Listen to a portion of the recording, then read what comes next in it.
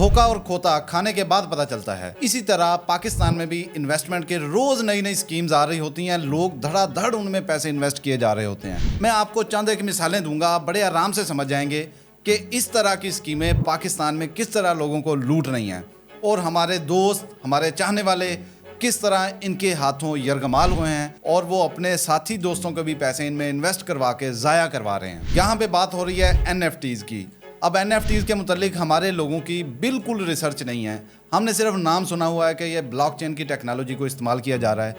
NFT से मुराद है non fungible tokens, यानी दुनिया में कोई भी digital artwork, audio file, video file, image, कुछ भी, उसको एक डिजिटल यूनिक आइडेंटिटी दे दी जाती है जिसे NFTs का नाम दिया जाता है। इनकी सेल परचेज होती है, यानी उसकी ओनरशिप को ट्रांसफ़र किया जा सकता है लेकिन उसको रिप्लेस नहीं किया जा सकता, क्योंकि जो तस्वीर बनाई गई है वो दुनिया में अपनी मिसाल आप ही होगी, वो सिर्फ एक ही होगी, उस जैसी और नहीं होगी, इसलिए उसको डिजिटल यूनिक आइडेंटिटी दी जाती है।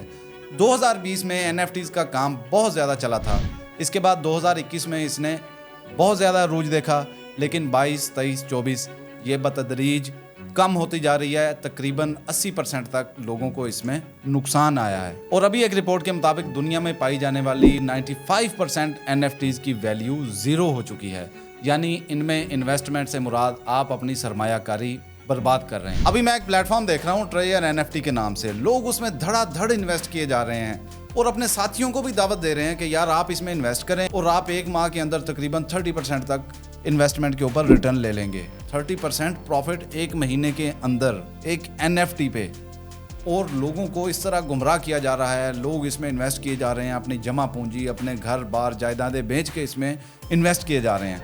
लेकिन इसकी हकीकत क्या है? मैंने इसकी साइट थारोली चेक की है A to Z, इसमें काफ़ी सारी डिस्क्रिपेंसीज मुझे सामने आई हैं, वो मैं आपके साथ शेयर करना चाहता हूँ। सबसे पहले तो इनकी साइट के ऊपर जो चीज़ होनी चाहिए वो नहीं है जो अच्छे प्लेटफॉर्म में होती है। मिसाल के तौर पर मैं इसका कंपैरिजन बाइनेंस के साथ करता हूँ। बाइनेंस एक लिजिट प्लेटफॉर्म है, इसके मुकाबले में हम ट्रेयर NFT को देखते हैं, कोई क्लियर टर्म्स ऑफ सर्विस नहीं है, कोई कॉन्टैक्ट डिटेल नहीं है, कोई अबाउट अस सेक्शन नहीं है, कोई पता नहीं है साइट वाले क्या चाहते हैं, ये हमारे साथ क्या एग्रीमेंट कर रहे हैं, ये हमें किस हिसाब से हमें रेवेन्यू देंगे या हमारी जो NFTs है उसको किस तरह हैंडल करेंगे, इसके बारे में कोई डिटेल्स मौजूद नहीं है। ये साइट क्लेम करती है कि ऑटोमेटिक सिस्टम के ज़रिए NFTs की प्राइसेस डिटरमिन की जाती हैं और इसी तरह प्रॉफिट डिटरमिन किया जाता है, लेकिन ये क्लेम अनरियलिस्टिक है, मिसलीडिंग है, इसकी कोई हकीकत नहीं है। खुद ही से ही किसी भी चीज़ की प्राइस लगा दी जाती है, लोग उसे बाय करते हैं, उसके ऊपर अनरियलिस्टिक प्रॉफिट दिया जाता है। ये प्रॉफिट कौन डिटरमिन करता है, इसका कोई हिसाब नहीं है। देखने में ये सिर्फ और सिर्फ हनी ट्रैप की एक और शक्ल लगती है। अगर आप इनकी वेबसाइट देखें, ये पुअरली डेवलप्ड वेबसाइट है, इसके ऊपर इनएक्टिव लिंक्स हैं, इसके ऊपर कॉपीड इमेजेस लगी हुई हैं, यानी वो इमेजेस गूगल पे ऑलरेडी दस्तयाब हैं जो इन्होंने उठा के लगाई हुई हैं। अगर आप देखें तो इनकी वेबसाइट के अंदर जगह जगह जो इन्होंने अपना लिंक दिया हुआ है उसके ऊपर HTTPS होना चाहिए, जबकि इन्होंने HTTPS लिखा हुआ है और बारहा जगह पे लिखा हुआ है। इससे मुराद है ये अपनी साइट को चेक भी नहीं करते हैं, इन्होंने सिर्फ बना के छोड़ दिया, यानी जम के सुट देता है। अब वो ऑटोमेटिकली अर्निंग आ रही है तो उन्हें क्या ज़रूरत है कि इसको अपडेट करें। वेबसाइट देखते हैं, इसके ऊपर ओनरशिप की, इनके एग्जीक्यूटिव मेंबर्स की और ना ही ऑपरेटर्स की कोई डिटेल नहीं है, सिरे से कोई डिटेल नहीं है। कोई पता नहीं है कौन इसको चला रहा है, कौन इसको रन कर रहा है, कौन इसको ऑन कर रहा है, कुछ पता नहीं है। इनका बिजनेस मॉडल वही है जो बहुत सी स्कैम कंपनीज का होता है, यानी रेफरल लेकर आएँ, रिश्तेदारों को, दोस्तों को फंसा के घुमा फिरा के इसमें लेके आएँ। ये डेली हाई रिवॉर्ड का वादा करते हैं, यानी 3 माह के अंदर आपकी सारी इन्वेस्टमेंट वापस आ जाएगी, लोग इन्वेस्ट कर देते हैं।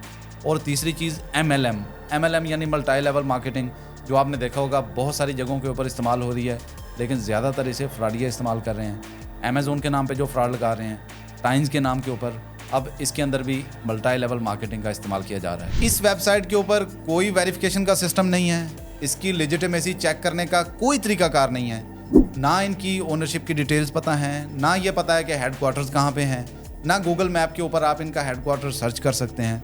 इतनी बड़ी कंपनी है, इनका हेडक्वार्टर्स ही नहीं आप ढूंढ सकते कहाँ पे है, ना इसकी डिटेल्स वेबसाइट के ऊपर दी गई हैं, सिर्फ एड्रेस लिखा हुआ है एक कैलिफोर्निया।